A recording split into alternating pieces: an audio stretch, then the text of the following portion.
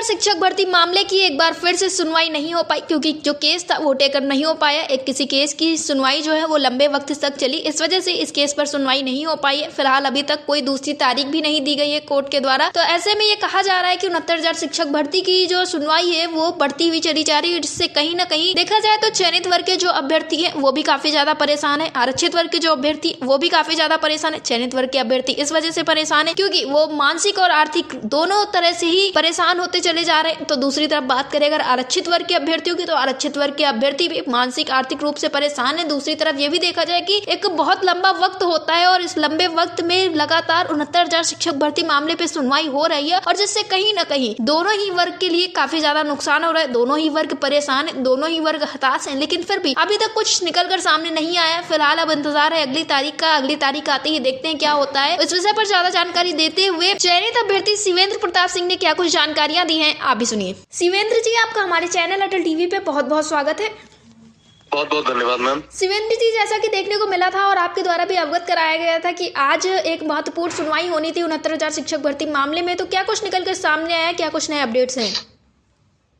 Ma'am, चूंकि न्यायिक प्रक्रिया में बहुत सारे केसेस बहुत दिनों से लंबित थे, एक बार पुनः हमारा मामला 36 नंबर पे लगा था, लेकिन जब सुनवाई शुरू हुई तो कुछ केसेस जिनमें बहुत सारी याचिकाएं कनेक्टेड थी उनमें सुनवाई जो है वो काफी देर तक चली। इस कारण से आज भी जो है महज 14 केस के जो है शुरुआत में सुनवाई हो चुकी है और हमारे केस का नंबर आज फिर नहीं आया है।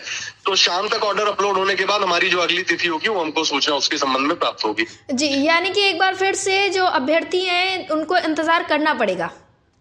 जी मैम, इसमें दोनों पक्षों को फिलहाल इंतजार करना पड़ेगा। हालांकि जो आरक्षित वर्ग जो दूसरा वर्ग है उसके अधिवक्ताओं के द्वारा बिना याचिकाकर्ताओं के अधिवक्ताओं को सूचना दिए हुए न्यायिक प्रक्रिया में नियमतः यह होता है कि याचिकाकर्ता को आप पहले नोटिस देते हैं, उसके बाद में केस मेंशन के लिए प्रयास करते हैं, लेकिन उनके द्वारा जो है हम लोगों को बिना सूचित किए केस मेंशन कराने का प्रयास किया गया, जिसको जो है कंसीडर करने से जज साहब ने साफ इनकार कर दिया और उन्होंने नियमतः ये बताया कि आपको पहले याचिकाकर्ताओं को सूचना देनी होगी, उसके बाद ही आप केस को मेंशन के लिए ला सकते हैं। यानी कि शिवेंद्र जी, एक कारण ये भी माना जा सकता है कि 69,000 शिक्षक भर्ती में सुनवाई में देरी हो रही है, न्याय मिलने में देरी हो रही है।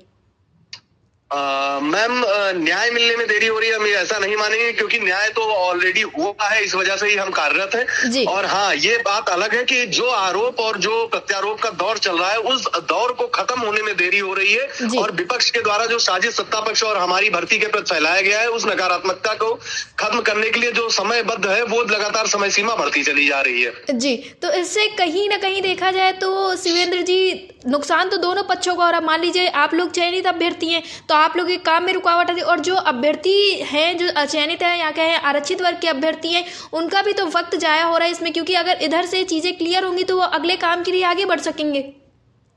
बिल्कुल मैम, मैं सहमत हूँ। हालांकि जो है ये बात बिल्कुल सही है कि हमारा भी जो है मानसिक और आर्थिक दोनों तरीके का शोषण तो इस प्रक्रिया के दौरान हो ही रहा है, और जो दूसरा पक्ष है उनसे लगातार मैंने अपील की और बाकी सबकी भी यही अपील है कि आप न्यायालय की प्रक्रिया के भरोसे में यदि कुछ लोगों द्वारा गुमराह किए गए तो उनके भरोसे आश्रित रह करके आपको बैठे रहने की आवश्यकता नहीं है। आप अपने कार्य में रत रहिए। ये प्रक्रिया तो एक लंबी प्रक्रिया है और सतत प्रक्रिया है। इस प्रक्रिया में जब जो निर्णय आएगा वो दोनों पक्षों को स्वीकार होगा और दोनों पक्ष उस बाबत मेहनत कर रहे हैं। तो यदि कोई बाहर निकल करके ये कहता है कि इस कारण से हमारा सारा काम रुका हुआ है तो ये उचित नहीं होगा। हालांकि जो कार्यरत है उनके लिए थोड़ा सा दौड़ भाग और बाकी चीजों में समस्या है, इसमें कोई संदेह नहीं है। जी, शिवेंद्र जी, अटल टीवी से जुड़ने के लिए धन्यवाद।